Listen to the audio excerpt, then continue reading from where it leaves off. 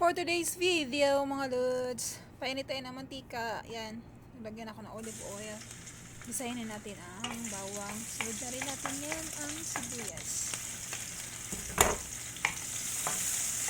Yan, bisa-bisa lang. Lagyan na rin natin ang patatas. Umila ko lang yung mga.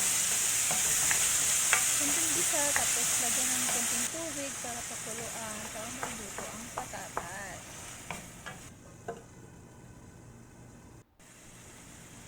Tapos yan, luto na yan, lagay ko na yung corned beef. 2 latang corned beef to. Paghaluin lang natin.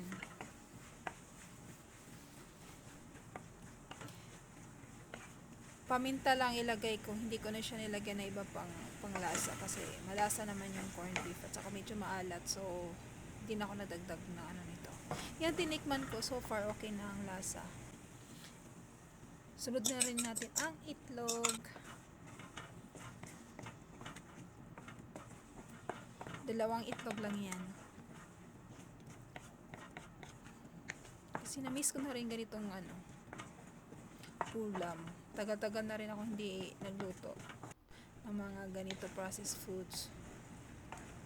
So once in a while, titignan lang tayo ng processed food. Char! Yan, luto na! Ito na yung corned beef ko with patatas. For watching, buyers!